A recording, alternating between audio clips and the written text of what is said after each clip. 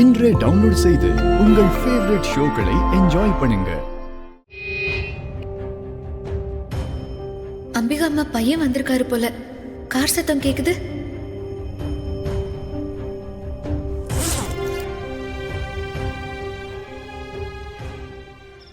அந்த பொண்ணு சொல்லுச்சுன்னு அது வீட்டுக்கு பக்கத்துல இறக்கி விட்டுட்டு வந்தாச்சு. அந்த வீட்டுக்கு போலீஸ் வந்தா வீட்டில் உள்ளவங்க பயந்துருவாங்கன்னு சொன்னதும் சரிதான். இருந்தாலும் நம்ம எதுக்கும் அந்த தெருவுக்கே ஃபோன் பண்ணி அந்த பொண்ணு வீட்டுக்கு வந்துச்சான்னு கேட்டுருவோம். அதுதான் சரியா இருக்கும்.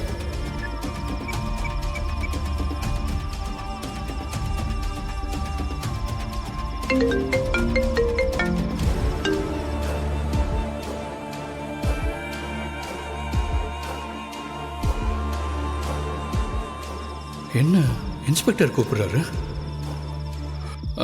சொல்லுங்க சார், இந்த நேரத்தில் கால் பண்ணிருக்கீங்க? திரு, இப்பதான் உங்க ஒய்ஃபை பார்த்தேன்.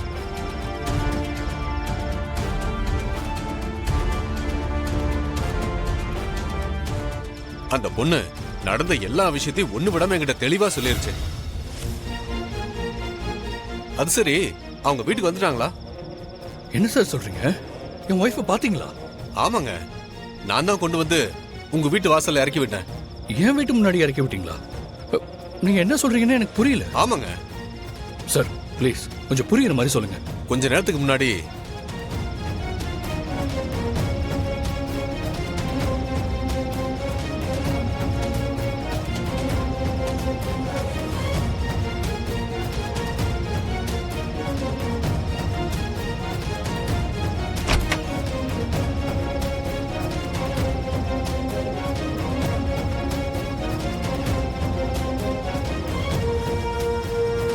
மகா, இந்த நேரத்துல ஏன் இங்க நிக்கிற?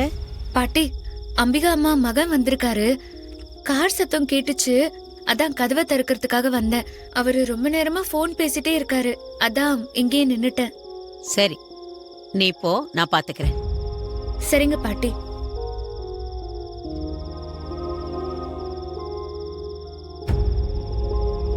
சரி, இன்னொரு தடவை அந்த பொண்ணை பார்த்தா ப்ளீஸ் எனக்கு இமீடியட்டா கால் பண்ணுங்க.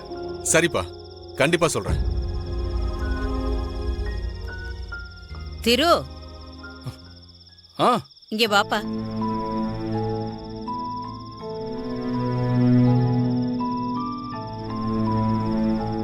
என்னப்பா இவ்வளவு நேரம்? எனக்கு ஆபீஸ்ல கொஞ்சம் வேலை அதிகம் பாட்டி, அதான் லேட் ஆயிடுச்சு. நீங்க ஏன் இன்னும் தூங்காம இருக்கீங்க? நான் தான் உங்களை சீக்கிரம் தூங்க சொல்லியிருக்கேன்ல.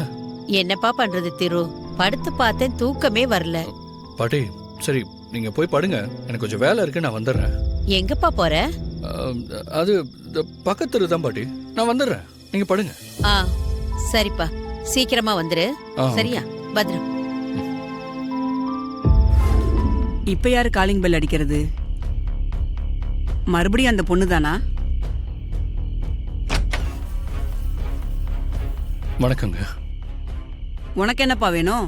தூங்க கூட விட மாட்டீங்களா? இப்பதான் யாரு என்னன்னு தெரியாத ஒரு பொண்ணு வந்து வெள்ளை அடிச்சிட்டு அத்தை கித்தன்னு சொல்லி உள்ள வந்துட்டு போனா. இப்ப நீ வந்திருக்க, உனக்கு என்னப்பா வேணும்? உனக்கும் பிரச்சனையா? ஏ செக்யூரிட்டி, செக்யூரிட்டி. மேடம், நான் சொல்றது கொஞ்சம் கேளுங்க மேடம். நான் யார் சார் நீங்க? ஒரே நிமிஷம் சார், ஒரே நிமிஷம் பேசிடுறேன் மேம், ப்ளீஸ் மேம். சொல்லுப்பா. ஆமா, கொஞ்ச நேரத்துக்கு முன்னாடி ஒரு பொண்ணு இங்க வந்துட்டு போனான்னு சொன்னீங்கல்ல? ஆமா, அந்த பொண்ணை பத்தி தான் நான் கேட்க வந்தேம்மா. அந்த பொண்ணை பத்தியா? ஆமாம்மா, அந்த பொண்ணு எனக்கு தெரிஞ்சவங்க தான். அவங்கள மிஸ் பண்ணிட்டு தான் நான் தேடிட்டு இருக்கேன். அவங்க இங்க வந்துட்டு எங்க போனாங்கன்னு தெரியுமாமா? இங்க பாருப்பா, அதெல்லாம் எனக்கு தெரியாது.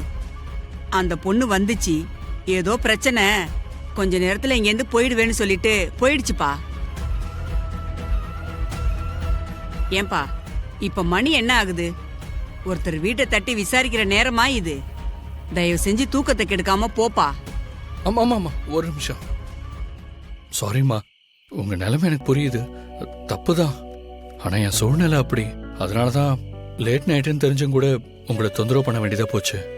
அந்த பொண்ணு ஒரு சிக்கல்ல இருக்காங்க, அவங்களுக்கு ஹெல்ப் பண்ணணுமா?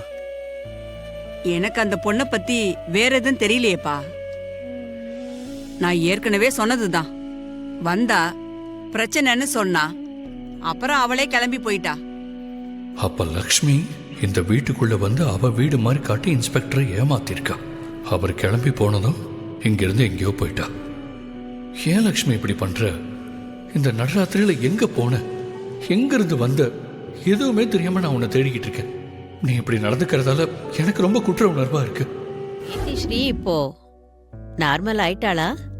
உப்பு மாத்திர சடங்கு நடந்தும் உப்பு கீழே கொட்டினதால அவ கொஞ்சம் மன வருத்தத்துல இருக்கான்னு நினைக்கிறேன். ஆனா அது வெளியில காட்டிக்காம சாதாரணமா இருக்கிற மாதிரி தான் நடந்துக்கிறா. எல்லா பொண்ணுங்களுக்கும் கல்யாணங்கிறது வாழ்க்கையில நடக்கிற கனவு. ஸ்ரீக்கு தனக்கு பிடிச்சவனோட நடக்க இருந்த சடங்கு இப்படி ஆயிடுச்சேன்னு சங்கடமா தான் இருக்கும். அதையெல்லாம் நான் சரி பண்றதுக்காக தான் இங்க வந்திருக்கேன். என்னமா சொல்றீங்க? நீங்க எல்லாரும் எந்த கேள்வியும் கேட்காம கிளம்பி வீட்டுக்கு வரணும். வீட்டுக்கு வரணுமா? எதுக்குமா? இன்னைக்கு காரடையா நோன்பு. எல்லா கல்யாணம் ஆன பொண்ணுங்களுக்கும் இது ரொம்ப முக்கியமான நாள். அத நம்ம வீட்லயே நாம எல்லாரும் சேர்ந்து விசேஷமா கொண்டாடுறதுக்கு எல்லா ஏற்பாடும் பண்ணிருக்கு. நீ நான் போன்ல சொல்லி இருந்தா ஏதாவது காரணம் சொல்லி நீ வரமாட்டேன்னு சொல்லிட்டேன்னா அதான் உன்னை நேர்லயே கூட்டு போலான்னு வந்தேன். நீயும் மாப்பிள்ளையும் ஸ்ரீய கூட்டிட்டு வீட்டுக்கு வரணும். நாம எல்லாருமா சேர்ந்து நம்ம வீட்ல காரடையா நோன்பை கொண்டாடுறோம். ஸ்ரீக்கும் நடந்து முடிஞ்ச சங்கடத்துக்கு இந்த மாதிரி விசேஷத்துல கலந்துகிட்டா கொஞ்சம் சந்தோஷமா இருக்கும்ல.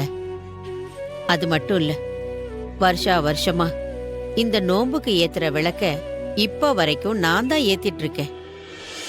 இனி ஸ்ரீதானே என் வீட்டு மருமக.